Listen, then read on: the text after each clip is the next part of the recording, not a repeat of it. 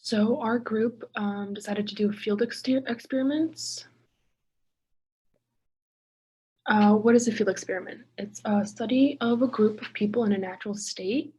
It requires manipulation of different variables with a randomized group.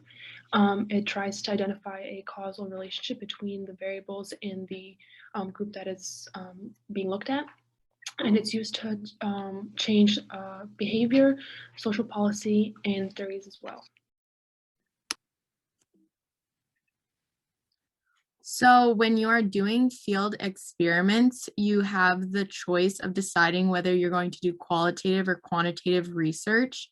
And if you're going to do qualitative research, it's kind of going to be like an ethnography type of event where the researcher will go into a natural environment and they'll live right in the setting with the people or the variables that they're observing. So they're allowed to interact with them.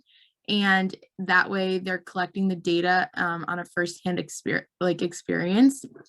And then if it's quantitative, it's going to be more or less collecting raw data and interpreting it in a statistical way. So the one example that was in our research articles was Weibo's tweeting in demand. And Weibo's is a platform like Twitter. And what they did was they looked at 3 control groups. So it was the viewing rates when there was no tweets, when the company tweets, and when an influential person retweets what the company had already retweeted. And what they looked for was the correlation between viewing rates after these tweets had been made. So advantages and disadvantages that come along with field research. The advantages are that the variables are in a comfortable and natural environment. So this allows the researcher to gain a deep understanding of the subjects that they're studying. And this allows for new topics of interest that normally wouldn't come about to be explored. And disadvantages are that there is bias with the researcher because they're interpreting it differently than other people, since people interpret things differently. And there are also external environmental factors that have to be taken into account that can't be measured or controlled. One of the first cases of field experiments that we were looking at is discrimination in a low-wage labor market. They sought to answer the question of discrimination in the hiring process, whether and how it existed, just to get the base interviews done with employers to see if there was any discrimination there. And then the study sought out to create many, one Black and one Hispanic male. And they also included a study with one criminal white male. And what they found was all hiring, for the most part, resulted in favor of white males at the base study and in the felon study. And they were also Hispanics also fared better than Blacks, and whites were channeled up, meaning they sought out a lower job and were moved up to a higher job more than Blacks and Latinos both.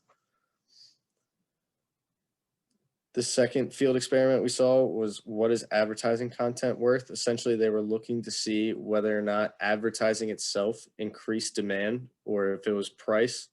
They mailed out 53,000 loan offers to former clients of a loan broker, and they randomized the price and the advertising content. The price was only varied by the interest rate, but the advertising had 8 different variations, whether that be big pictures, smaller font, something of that nature. And what they found was that advertising increased demand more than price did. However, price worked well in conjunction with the advertising and in increasing demand. So with field experiments, there are problems in collecting and recording the data. The first of those problems is the qualitative versus quantitative data. They're both used in conjunction and provide good data, but there's a need to explain the connection between the two. You cannot just have one without the other and not have the connection explained. The second problem would be the external variables and influences. They're inevitable with any field experiment and they can harm the validity of data. There's a need to control as many and as much of these external variables and influences as possible. And it's the most difficult portion of collecting and recording data. The third problem would be creating the experiment properly. This is, the first step, and you have to make sure the questions that you're asking and the data that you're trying to collect answer the question that you are trying to answer. The experiment does not have too many external factors, and that will limit the external variables and not harm the validity of data. And you have to make sure that it can be measured and recorded properly with quantitative and qualitative data. There are many different threats to validity of field experiments. For one, the data could be biased. You must make sure that the data is valid so that it is not biased. Threats to internal validity that are present in the field setting made it impossible to test the theory adequately.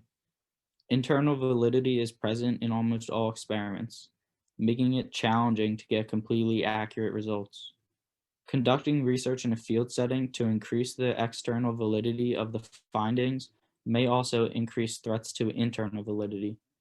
If the findings are not copied in the field settings, then two alternative explanations are plausible. The first is that the theory is not very good. The second is that the threats to internal validity present in the field setting made it impossible to test the theory adequately. No matter the marketing method used, there are going to be threats to validity, and you must make sure you take these into account in order to have the most accurate data.